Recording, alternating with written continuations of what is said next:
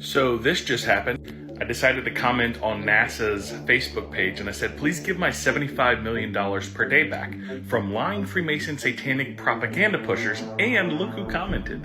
None other than Ryan, thank you for your comment. Please message me. So I did. I said, you don't have to build the B system all on your own, sir. Let somebody else do it. Turn to Jesus before it's too late. Also, are you allowed to tell the people that your rockets are hitting the firmament and they're not exploding? Psalms 19:1 says, the heavens declare the glory of God, and the firmament, the hard pounded out solid dome, showeth his handiwork. What in the GTA 5 is going on here? Splashdown, huh? Well, this looks real, I must say. Who filmed these perfect angles? Stanley Kubrick's Ghost? Then it's just bobbing about there, making no impact on the perfect-looking water. But some cute dolphins came to say hi, and that's all that matters. Nice editing touch, the masses love cutesy. Back to reality, though. And besides these spacesuits from Temu, zip-up leather boots, which are worn on the bottoms, by the way, what ground made those marks? And the obvious AI disaster that has half the world convinced it was real. If only I had some evidence that they just dropped something out of a plane and faked the rest. Oh wait, I do. See how it gets there and circles and waits for NASA to arrive, circles and waits. Oh look, here they come. Wow, it's not 1969 anymore, folks. The only question I have is why? What's the long game here? Fool me once. Shame on you. If fool me, we can't get fooled again. Hive Moderation AI, I have just uploaded the video of the Dragon capsule landing in the ocean because I'm convinced that it is AI generated. Hive Moderation detects AI generated video. So let's see what it comes up with. And 18 minutes later, here is our result. Overall, the video is likely to contain AI generated or deepfake content. Wow.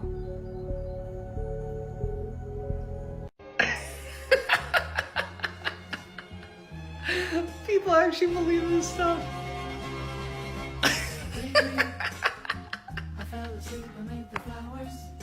Oh my god. Breaking news, sheeple. SpaceX have just completed a miraculous mission to save the astronauts that were lost in space for 9 months. I mean, it's totally believable, isn't it, that they can travel 17,500 miles an hour out of the Earth's atmosphere and perfectly just lock this little bullet onto the ISS whilst in the vacuum of space. I mean, after all, it's kind of crazy that they went up into space in June last year, yet they managed to take Christmas hats with them for when they were stranded in space. But honestly, nothing dodgy going on here, right? You know, they literally just took a big snowman up on the ISS with them and loads of Santa hats, because they didn't know they were going to be stranded for 9 months and all over the mainstream media to push the narrative that space is real. I mean, we all remember this guy here, don't we? Don Pettit, who literally embarrassed himself many times being interviewed about the spaceships and literally not knowing what he was talking about. This is the clip right here, go and check it out. Enough with the games! Y'all, come on. They say that this is the astronauts returning from space. Yes, these astronauts have just returned from space, and wait till I show y'all the video of them apparently having a parachute coming from space after 17 hours and landing in the water. Oh my gosh. And splashdown, Crew 9 back on Earth. Dragon Freedom has returned home with NASA astronauts Nick Hague, Sonny Williams, Butch Wilmore, and Roscosmos cosmonaut Alexander Gorbanov. I'm not gonna lie, y'all, this is so childish. Like, so childish. First of all, the lady's like, they're finally back on Earth. They were on Earth once they crossed back into Earth's atmosphere. Like, why are you saying that they're on Earth when they hit the water if they've been back on Earth, first of all? That really just pissed me off. Also, like, how dumb do you think we are? Like they must think that AI has gotten so good that people can't tell. But even if it wasn't AI, you mean to tell me that they just dropped this thing so delicately So Earth is 62 miles away from space, and you mean to tell me that they came straight down 62 miles, and then once they got to a decent speed, they just put the parachutes out so they can land so delicately in the water? At this point, y'all should be upset by how dumb they think we are, because this is asinine. Were they ever in space? No. And how did they get rescued? Y'all tell me, did the parachutes rescue them? Who rescued them? How did they get down? Because all I see is a parachute, 2 parachutes, and a rocket that they're probably sending. I'm dumbfounded by this. I'm not gonna lie. I've seen better graphics on PS5. And Splashdown, Crew 9 back on Earth.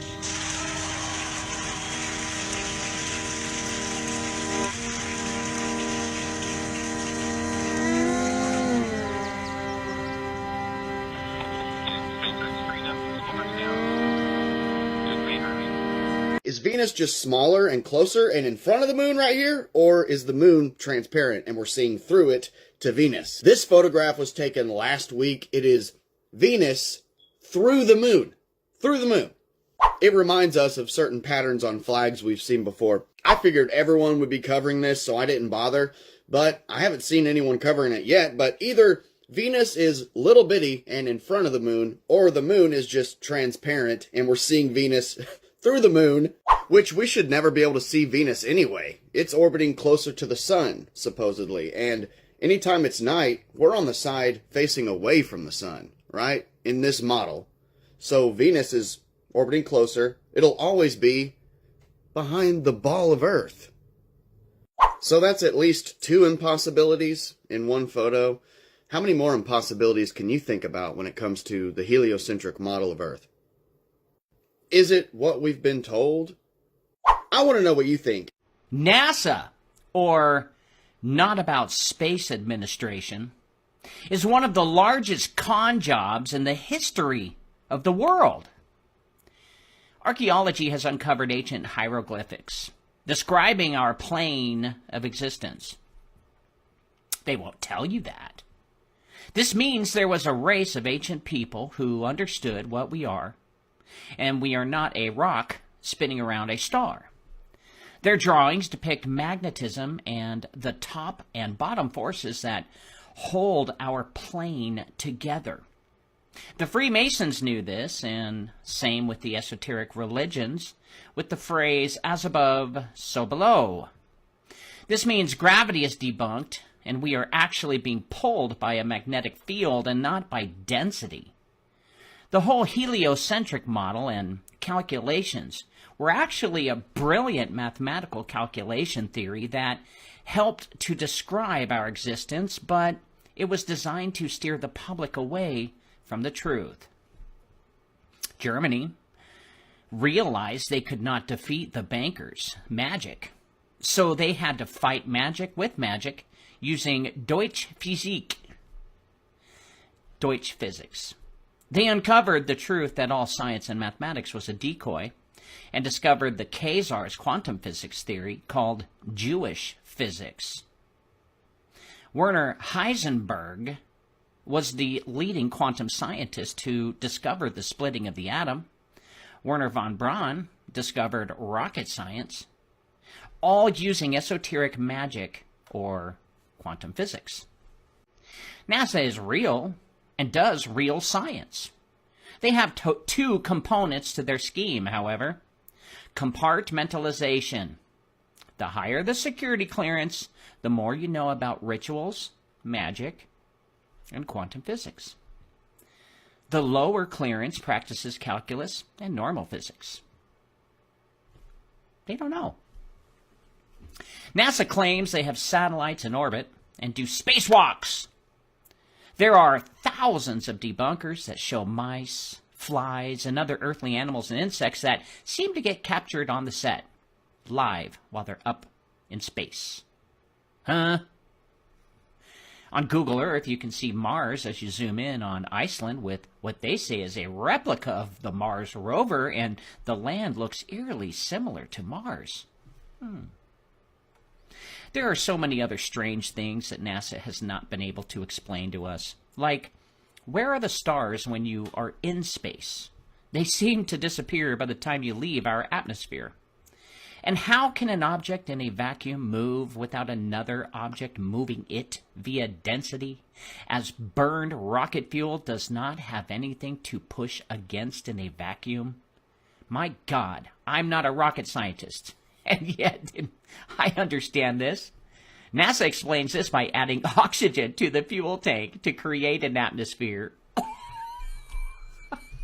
If that were the case, they would need all of space to be the atmosphere and not just the area next to the rocket. NASA practices black magic rituals that are deeper than you could ever imagine. Their magic seemed to open up an entire world that should not exist on trigonometry, calculus, and geometry paper. Jack Parsons wasn't an expert in rocket science, yet founded JPL. However, he was a master wizard and studied under Aleister Crowley, the most wickedest man in the world. After his and L. Ron Hubbard's Babylon working ritual in the desert in 1946, they released the 4 watchers under the river Euphrates, whom made a trade with them. Earth's women wombs, yes, their wombs, for technology. In 1953, Eisenhower agreed and signed the paperwork. This happened before, in the Old Testament. Genesis 6, in your Bible, it talks about it. And the first book of Enoch as well. The Watchers used magic to impregnate earthly women with their offspring hybrid known as Nephilim. NASA and the military-industrial complex have been helping the interdimensional beings with their breeding program now for 71 years. Again, the same thing happened all before Noah's flood. NASA never was about space because space doesn't exist. NASA knows this, and their logo depicts who they worship. The original snake's tongue from Genesis who tricked Eve into eating the forbidden fruit. NASA's true motive isn't world dominance. It is trying to gather as much data on its God so it can basically defeat it. This is the fallen angels' conundrum, as man doesn't want a God. They want to be God. The people are not ready to hear this because it would trigger madness. So the men of this earth continue to play God by ignoring the angels and the Creator, by lying to you about them while they build a tower that reaches the heavens again so they can escape. NASA, not about space administration. Are you still under the impression that our Earth's tilt is what causes the seasons on planet Earth? Because let's get this straight here. The sun's light rays are traveling in parallel lines 93 million miles away, all the way to Earth. And then suddenly, it just decides to decide where it wants to administer its heat. Not over the whole globe, just right there on the little equator right there. So is the Earth not tilted? Or is something else really fishy going on? And did you know that in January, the Earth is 91 million miles away from the Sun? In July, the Earth is 94 million miles away from the Sun. So on the northern hemisphere, that doesn't even make sense. But of course for the Australians, they're having a blast during their summertime in January. But the sun's rays cannot appear crepuscular during sunrise and sunset. You see this all the time in Hawaii, but simultaneously be this. So if I was to ask you if we're on a flat earth or on a big round ball, what would you say? Well, before, I don't know, a couple years ago, I would say, I don't know, man, probably a big round ball. But I was watching TikTok one day and saw a video about flat earth and thought, maybe there's something to that. I started watching it, and the more I looked into this stuff, the more I believed. And wholeheartedly, I believe we're on a flat earth. I believe in the firmament. Did we land on the moon? No. I think the whole NASA stuff and all that stuff is a bunch of made up crap to get money is what I believe. I think it's all just a big old lie, in my opinion. You know, and I'll say this. the moment that I started believing into flat earth, it felt as though I became closer to God. And that's the truth. It's almost like I uncovered a secret or something that I was supposed to uncover. But I definitely believe, because the Bible says the four corners, and I know people can explain that any way they want to. My belief wholeheartedly, we're on flat earth. True story. So I made the video about flat earth, and I knew it was going to be split on how people think. I mean, that's common sense. You know, we're all different. We all think differently. What I'm surprised by is all the negativity that it brought. Because at the end of the day, yeah, I'm convinced that we're on a flat earth. Do I know it for a 100% fact? No, but I'm about 99% sure. No more than someone can tell me for a 100% fact that we're on this big spinning ball. You see? But here yet, we want to degrade people and belittle them. It just doesn't make any sense to me. And that's something very small, you know. If you bring up politics or something like that, man, you know, we got all kind of stuff going on. It's strange to me. In this country, I remember when I was a little boy, respect was a thing. It's just not there anymore. Even in the penitentiary, for the most part, respect. People respect each other. You got your young ones who don't respect anything or anybody, but for the most part, there's more respect inside a prison wall than there is out here in society. What's happened to us, man? Can we not have a conversation and let it be civil? It has to turn into name calling and all these things. It just don't make a lot of sense to me, man.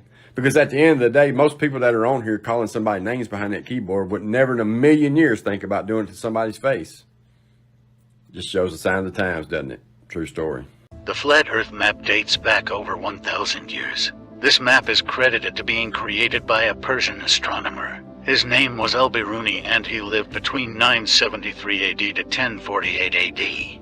It's the official map of the United Nations and also the United States Geological Survey. It used to be present in many places before the creation of NASA and the Antarctic Treaty in 1959. Here you see it with Admiral Byrd. This map has been restored by Dmitry from Russia with suggestions of mine, Eddie Alenkar. Known by my YouTube channel Flat Earth Banjo, I asked Dmitry to include the Bermuda Triangle and Point Nemo, a place deep in the Pacific where NASA buries rockets. Then Robert Tozzi, a professional mapmaker, came along and enhanced the map even more. There are many people now selling this map online, but if you could order it from my online store, I would greatly appreciate it. Visit my online store now and order one of the items. I humbly thank you.